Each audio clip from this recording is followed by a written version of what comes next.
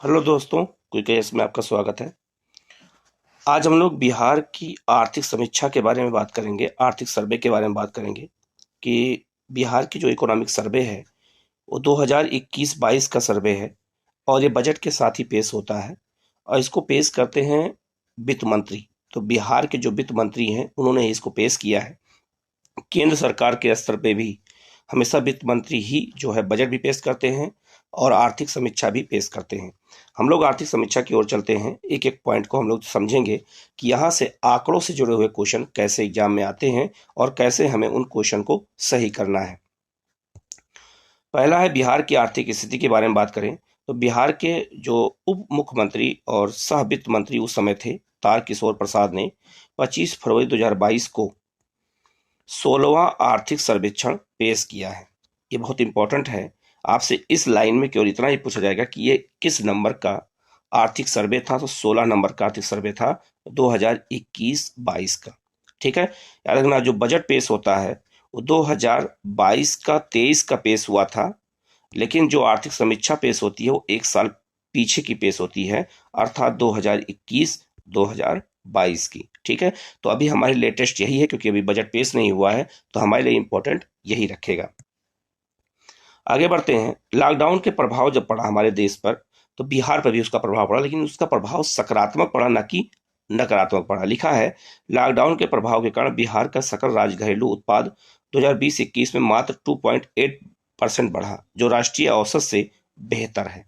याद रखना, राष्ट्रीय औसत से काफी बेहतर है। और वित्त वर्ष 2020-21 में भारतीय अर्थव्यवस्था में 7.5% की गिरावट दर्ज की गई थी, लेकिन बिहार में ऐसा नहीं हुआ है। आप इसको नोट कर लेना। हम बात करते हैं 2020-21 में बिहार का सकल घरेलू उत्पाद कितना था।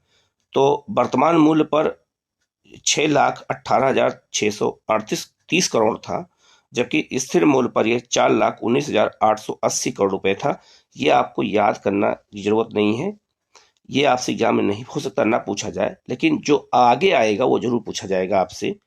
जैसे आपको ये पूछा जाएगा कि 2020-21 में बिहार का निवल राज्य घरेलू उत्पाद कितना था, तो वर्तमान मूल्य पर 5,66,470 करोड़ रुपए था और स्थिर मूल्य पर कितना है, तो स्थिर मूल्य पर जो है ये आपका 3,79,550 करोड़ रुपए है। ये आपसे पूछा जा सकता है कि बिहार का निवल, निवल का मतलब होता है शुद्ध, ठीक है, नेट होता है, इंग्लिश में इसको नेट कहेंगे, हिंदी में इसको शुद्ध कहते हैं।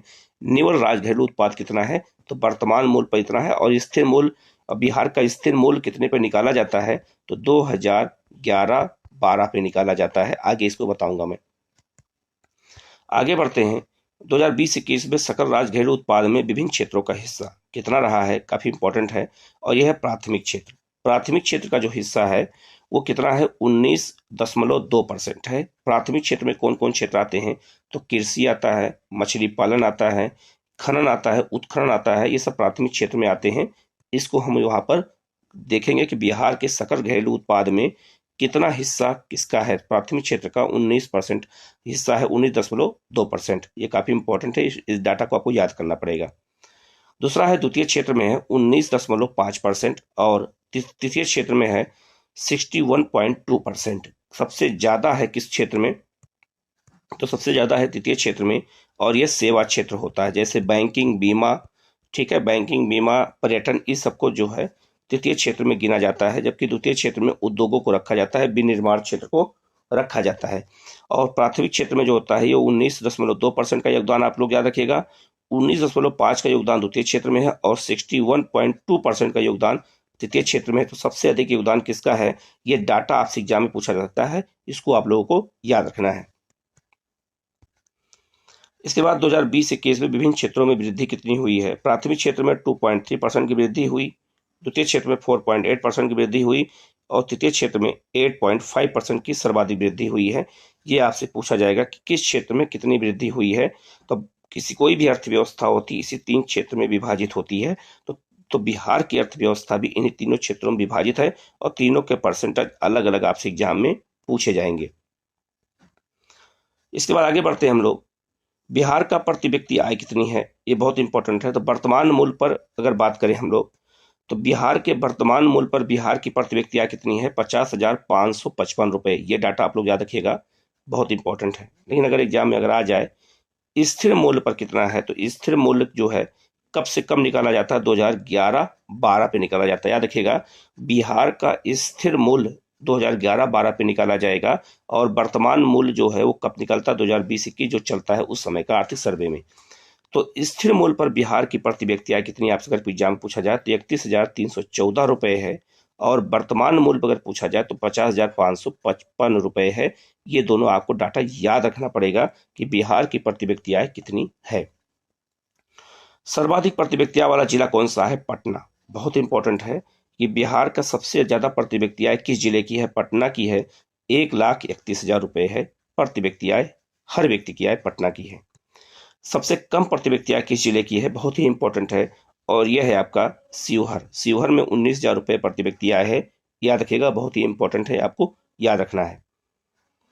2020-21 के बीच जो है मुद्रास्फीति दर कितनी है, तो ग्रामीण क्षेत्रों में 2.8% की, शहरी क्षेत्रों में 4.9% की, और पूरा जो है 3.1% की आपकी है इसमें। तो मुद्रास्फीति बिहार कितनी है, तो 3.1% है। ये काफी इंपॉर्टेंट है, आपको इसको याद रखना है। और शहर में कितना है, गांव में कितना है, ये भी एग्जाम में आपसे डाटा पूछा जा सकता है। इसके आगे हम लोग देखते हैं राजकोषीय वित्त व्यवस्था कैसी है बिहार की। तो 2020-21 में बिहार सरकार की कुल प्राप्ति कितनी हुई, आपसे एग्जाम में पूछा जाएगा कि बिहार सरकार की कुल प्राप्ति कितनी हुई है। तो 1,64,903 करोड़ रुपए की प्राप्ति हुई है बिहार सरकार को राजस्व में, अपने आय में। ठीक है, उसमें जो है राजस्व प्राप्तियां कितनी हैं और पूंजीगत प्राप्तियां कितनी हैं, दोनों को बताया गया है। लेकिन आपसे हो सकता है ये ना पूछ करके केवल डायरेक्ट ये पूछ दे कि बिहार में कुल प्राप्ति कितनी हुई है। 2020-21 में बिहार सरकार का कुल व्यय कितना हुआ है, तो 1,65,696 करोड़ रुपए का जो है बिहार सरकार ने खर्च किया है।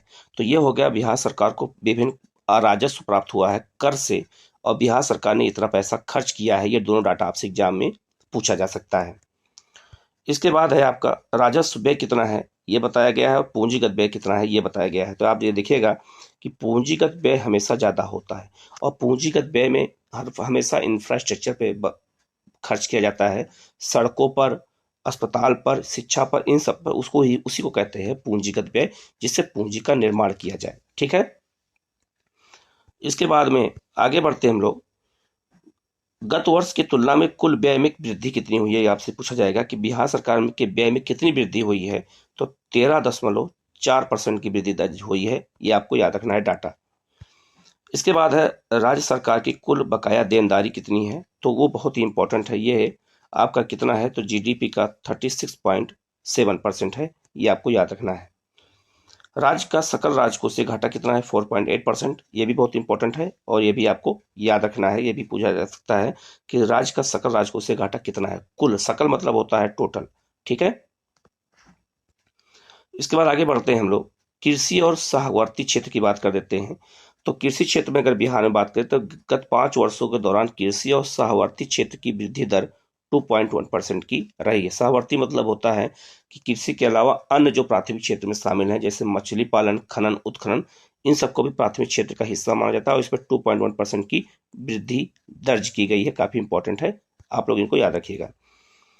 दूसरा है बिहार में 2-3 पॉइंट आपको यहाँ याद रखना है, एक साथ में बता देता हूँ।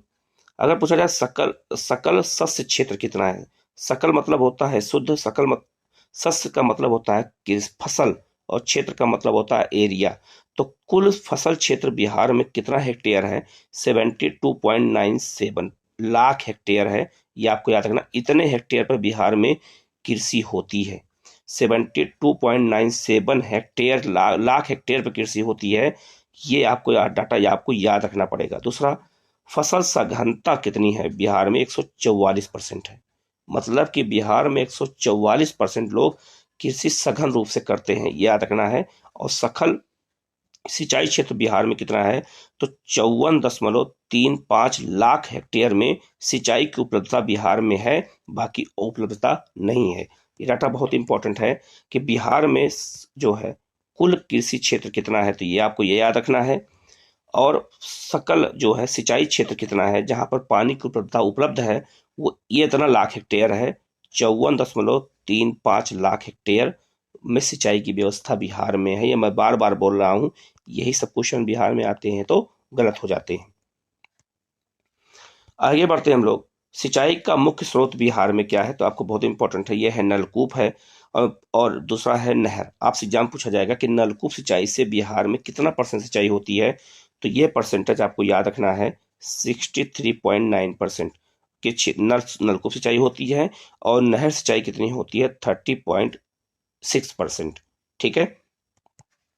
दूसरा है, राज्य में खाद्यान्नों का कुल उत्पादन कितना हुआ है? बहुत इंपॉर्टेंट है, और यह है 17.95 लाख टन।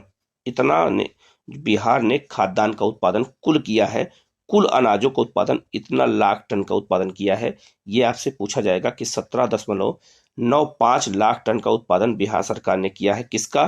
तो खाद्यान्नों का किया है। कुल खाद्यान्न इसमें हो जाएंगे, जितने भी अनाज आएंगे हम सबको शामिल करके बोलेंगे कुल खाद्यान्न बोलेंगे। ये डाटा आपको याद रखना पड़ेगा। इसके बाद है, राज्य में कुल अनाज उत्पादन कितना हुआ है? वही हुआ है, आपको देख लीजिएगा। तो इसमें जो है कुल खाद्यान्न है, यहाँ पे कुल अनाज की बात हो रही है, तो इसमें 17.57 लाख टन का उत्पादन हुआ है, ये याद रखना। इसके बाद आगे बढ़ते हैं। 2012 से अब तक बिहार को 5 बार जो है कृषि कर्मठ अवार्ड मिल चुका है। 2012 से अब तक 5 बार मिल चुका है, मतलब बिहार कृषि क्षेत्र में काफी उन्नति किया है, और जो राज्य कृषि क्षेत्र में उन्नति करते हैं उन्हीं को कृषि कर्मठ अवार्ड दिया जाता है। इसके बाद हम लोग बात करेंगे, गत 5 वर्षों में पशुधन और मत्स्य पालन क्षेत्रों में क्रमशः कितने % की वृद्धि हुई? आपसे पूछा जाएगा कि पशुधन मतलब पशुपालन में बिहार में कितने % की वृद्धि हुई है? तो 10% की। और जो है मछली पालन में कितना % वृद्धि हुई है? तो 7% की वृद्धि हुई है। ये आप लोगों को याद रखना है। राज्य सरकार राज्य के 13 जिलों में जैविक पट्टी विकसित कर रही है। ये आपको याद रखना। पूछा जाएगा कि बिहार सरकार कितने जिलों में जैविक पट्टी बना रही है? जैविक पट्टी मतलब होता है कि वहां पर जो है खाद्यान्नों का या रासायनिक खाद का उपयोग नहीं होगा, वहां पर जैविक खाद का उपयोग होगा। तो जैविक पट्टी का निर्माण कर रही कितने जिलों में? 13 जिलों में। आप लोग ये याद रखिएगा, सर्वे में ये बताया गया है। इसके बाद आगे बढ़ते हैं हम लोग। नेक्स्ट है, 17,000 एकड़ से भी अधिक फसल क्षेत्रों के लिए जैव C1 प्रमाण पत्र जारी किया गया है। आपसे पूछा जाएगा कि जो है फसल क्षेत्रों के लिए क्या जारी किया जाता है? तो जैव C1 प्रमाण पत्र जारी किया जाता है। ये भी ये बताता है कि किस क्षेत्र में फसल उत्पादन में कितनी वृद्धि हुई है, उसको लेकर के। 23 जिलों में समेकित बागवानी किसान विकास मिशन के साथ साथ 15 जिलों में मुख्यमंत्री विकास योजना का क्रियान्वयन किया जा रहा है इस समय। और डिजिटल, बहुत इंपॉर्टेंट है कि डिजिटल कृषक सेवाएं देने के लिए कृषि विभाग द्वारा एक मोबाइल ऐप जारी किया गया है, उसका नाम है बिहान। तो याद रखना, जो किसानों को कृषि से संबंधित जो जानकारी देने वाला मोबाइल ऐप है बिहार सरकार द्वारा, उसका नाम क्या है? उसका नाम है बिहान नाम है। ये आप लोग याद रखना कि बिहान उसका नाम है। इसके बाद आगे बढ़ते हैं, उद्यमिता क्षेत्र की बात कर लेते हैं। उद्यमिता क्षेत्र मतलब यह हो गया औद्योगिक क्षेत्र की बात कर लेते हैं। तो राज्य में जो है औद्योगिक निवेश के लिए 3 सर्वाधिक आकर्षक क्षेत्र को चुना गया है। याद रखना, बिहार के उद्योग में 3 क्षेत्रों को ज्यादा महत्व दिया गया है। इथेनॉल के उत्पादन में, खाद्य प्रसंस्करण में, और नवीकरणीय ऊर्जा में। इन तीनों क्षेत्रों में बिहार की सरकार ने ज्यादा फोकस किया है, आपको ये याद रखना पड़ेगा। दूसरा है, दिसंबर 2021 तक इथेनॉल क्षेत्र में कुल इतना करोड़ रुपए का खर्च किया गया है, और उन 195 सॉरी माफ करिएगा 159 इकाइयों को प्राथमिक चरण में स्वीकृति प्राप्त की गई है। इतने इथेनॉल फैक्ट्रियों का स्थापना किया जा रहा है। 2020-21 में राज्य सरकार ने मुख्यमंत्री महिला उद्यमिता योजना और मुख्यमंत्री युवा उद्यमी योजना में से प्रत्येक में 200 करोड़ रुपए का आवंटित किया है। यह भी आपको याद रखना है, नहीं उतना इंपॉर्टेंट ये नहीं है। नेक्स्ट है, आगे बढ़ते हैं हम लोग। श्रम और नियोजन प्रवास क्या होता है बिहार में? तो बहुत इंपॉर्टेंट यह है कि पुरुष और महिला दोनों के लिए श्रम जनसंख्या अनुपात देश के कुल राज्यों के बीच बिहार में सबसे कम है। याद रखना कि बिहार में महिला और पुरुष दोनों के बीच में अगर श्रम जनसंख्या की बात किया जाए तो सबसे कम है बिहार में, आपको ये बात याद रखना है। इसके बाद है 2020-21 में शहरी बिहार में बेरोजगारी अनुपात कितना है? ये बताया गया 8.9% है, और महिला श्रम शक्ति के लिए 12.6% था, जो ग्रामीण बिहार की अपेक्षा काफी अधिक है ये। इसके बाद है 2020-21 में मुक्त कराए गए बाल श्रमिकों की संख्या कितनी है? 462 थी। 2019-20 में यह मुक्त कराए गए 664 बाल श्रमिकों से कम है। तो बिहार में इसका मतलब बाल श्रमिकों से की समस्या है, ये आपको जानना पड़ेगा। अधिसंरचना और संचार क्या है बिहार में, बहुत इंपॉर्टेंट है। तो प्रति 1000 वर्ग किलोमीटर क्षेत्रफल पर सड़कों की लंबाई के मामले में केरल नंबर 1 पर है, पश्चिम बंगाल नंबर 2 पर है, और बिहार का स्थान 3 नंबर पर है। हमारे बिहार में 1000 किलोमीटर अगर क्षेत्रफल की बात किया जाए तो सड़कों की लंबाई में बिहार का स्थान तीसरा आता है, केरल और पश्चिम बंगाल के बाद। आगे दिया है, राज्य के 90% से भी अधिक प्रखंड और ग्राम पंचायतों में ब्रॉडबैंड से जुड़े गए हैं, शेष को जोड़ना बाकी है। मतलब ये है, गांव को इंटरनेट से जोड़ने के लिए ब्रॉडबैंड जो है कनेक्शन किया जा रहा है, तार को पहले पहुंचाया जा रहा है, इसके बाद गांव को इंटरनेट से जोड़ा जाएगा। तो उसमें काफी 90% तक का बिहार ने इसको अचीव कर लिया है। इसके अलावा है 1.64 लाख किलोमीटर पक्की सड़कों के साथ सड़क नेटवर्क मामले में बिहार का स्थान 10वां है, और सड़कों की कुल लंबाई जो है कितनी है बिहार में, तो 2.91 लाख किलोमीटर के मामले में 8वां स्थान है। इसमें दो चीज याद रखना है आपको कि पक्की सड़क के नेटवर्क के मामले में बिहार का स्थान 10वां है, और सड़कों की लंबाई के मामले में बिहार का स्थान 8वां है। ये डाटा आपको याद रखना है। इसके बाद है, बिहार को इंडिया पोस्ट भुगतान बैंक के खाते खोलने के मामले में देश में पहला स्थान प्राप्त हुआ है। मतलब बिहार की सरकार ने इंडिया पोस्ट जो बैंक भुगतान बैंक होता है उसमें खाता खोलने में बिहार की जनता ने सबसे ज्यादा योगदान दिया है, और बिहार देश में पहले स्थान पर आ गया है। इसके बाद ऊर्जा क्षेत्र की बात कर लेते हैं। तो राज्य में एग्जाम में अगर आपसे पूछा जाए कि राज्य में प्रति व्यक्ति बिजली की खपत 2014-15 में कितनी थी, तो 203 यूनिट थी, जो बढ़कर 2020-21 में 350 यूनिट हो गई है। ये आपको याद रखना है, जो 6 वर्षों में 72.4% की वृद्धि दर्शाती है। तो बिहार में बिजली की खपत बढ़ गई है। तो आपसे एग्जाम में पूछा जाएगा कि बिहार में प्रति व्यक्ति खपत कितनी है बिजली की, तो आप बताओगे वर्तमान में 350 यूनिट है। यह डाटा आपको याद रखना है। इसके बाद में है, बिहार की बढ़ती मांग पूरी करने के लिए राज्य सरकार की ओर से 2023-24 तक विभिन्न स्रोतों से चरणबद्ध ढंग से जो है इतना मेगावाट अतिरिक्त क्षमता जोड़ने की योजना बनाई गई। ये बहुत इंपॉर्टेंट नहीं है, आपको बस इसमें याद रखना है कि 350 यूनिट की जो है वर्तमान में बिहार सरकार का है जनता के लिए। नेक्स्ट है, ग्रामीण विकास की बात कर लें तो बिहार आजीविका मिशन जीविका राज्य में ग्रामीण विकास के लिए लगातार काम कर रही है वहां की सरकार, वहां के लिए गांव के विकास के लिए। स्वच्छ गांव समृद्ध गांव कार्यक्रम का क्रियान्वयन 2000 करोड़ रुपए के बेसिक किया जा रहा है, जिसका उद्देश्य सभी गांवों में सोलर लाइटें लगवाना है। सब गांवों में सोलर लाइट लगवाने के लिए ही ये काम किया जा रहा है। इसके बाद है, नगर विकास की बात कर लें तो 2011 की जनगणना के अनुसार बिहार में शहरीकरण का जो स्तर था वो 11.3% था, लेकिन शहरी क्षेत्रों को अगर पुनः परिभाषित किया जाए तो बिहार में शहरीकरण का वर्तमान स्तर कितना है, 15.6% है। आपको याद रखना है कि बिहार का वर्तमान में अगर किया जाए, पुनः परिभाषित करके किया जाए तो बिहार में 15.6% नगरीकरण है, जबकि 2011 के अनुसार ये 11.3% नगरीकरण है। आपको ये याद रखना है। इसके बाद है, 32 पुराने नगर पंचायतों को नगर परिषदों में और 5 पुराने नगर परिषदों को नगर निगमों में उत्क्रमित किया गया, मतलब बदल दिया गया है। वहीं 12 नगर परिषदों के अधिकार क्षेत्र का विस्तार भी किया गया है। यह भी हो सकता है एग्जाम पूछ, लेकिन बहुत इंपॉर्टेंट नहीं है ये।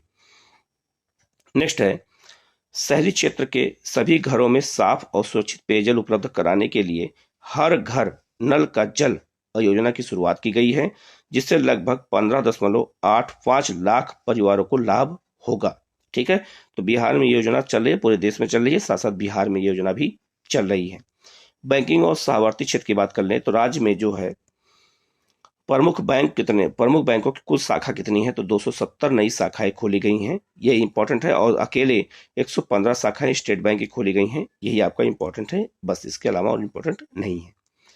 इसके अलावा बैंकों में 2020-21 में कुल इतना जो है 2,51,271 क्रेडिट कार्ड जारी किया गया है। ये भी बिहार के लिए काफी रिकॉर्ड है कि पूछा जा सकता है कि कितना क्रेडिट कार्ड जारी किया गया है, तो ये आंकड़ा आपको याद रखना पड़ेगा। मानव विकास की बात करें तो हाल के वर्षों में राज्य सरकार ने सामाजिक सेवाओं पर व्यय लगातार बढ़ाया है। सरकार जो है, बिहार की सरकार सामाजिक सेवा पे पैसा काफी व्यय किया है। कुल व्यय में सामाजिक सेवाओं का व्यय का हिस्सा कितना है? 34.4%। आपसे पूछा जाएगा कि बिहार सरकार सामाजिक व्यय पे कितना पैसा खर्च कर रही है, तो ये पहला खर्च करती थी कितना? 34.4%। लेकिन वर्तमान में ये आंकड़ा ना होकर के वर्तमान में ये हो गया है 44%। तो आपसे अगर एग्जाम में इस पूरे पैराग्राफ पे आपको इतना याद रखना है कि बिहार सरकार सामाजिक सेवाओं पर कितना पैसा खर्च कर रही है, तो 44% पैसा खर्च कर रही है, ये आपको याद रखना है वर्तमान समय में। इसके बाद है राज्य में स्वास्थ्य पर व्यय की वृद्धि दर संपूर्ण भारत के 13.8% की तुलना में 16.6% रही है। शिक्षा में भी बिहार सरकार ने इतना जो है कितना खर्च किया है, तो इतना जो है 14.3 किया है। तो दो चीजें याद रखना कि मानव विकास होता कैसे है। मानव विकास जो होता है वो शिक्षा से और स्वास्थ्य से होता है। तो स्वास्थ्य पर बिहार सरकार पैसा खर्च कर रही है और शिक्षा पर भी बिहार सरकार लगातार पैसा खर्च कर रही है, काफी इंपॉर्टेंट है ये। इसके बाद में बहुत इंपॉर्टेंट यह है कि बिहार की शिशु मृत्यु दर कितनी है, तो 29 मृत्यु प्रति 1000 जीवित प्रवसन पर है। याद रखना बिहार में इस समय बाल शिशु मृत्यु दर कितनी है, तो याद रखना 29। 1000 बच्चों पर 29 बच्चे मर जाते हैं, जो राष्ट्रीय औसत 30 से कम है। राष्ट्रीय स्तर पर 30 बच्चे मरते हैं, लेकिन बिहार में जो है 29 बच्चे मरते हैं 1000 जीवित बच्चों पर, यह आपको याद रखना है। इसके बाद है दिसंबर 2021 तक राज्य में 10 करोड़ से भी अधिक व्यक्तियों को टीके लगाए गए हैं। ये भी काफी अपने आप पर रिकॉर्ड है बिहार के लिए, ठीक है। इसके अलावा 2019-20 में प्राथमिक स्तर पर कुल नामांकन जो है 139.47 लाख था, जिसमें से जो है 68.13 लाख लड़कियां थीं और 71.34 लाख लड़के थे।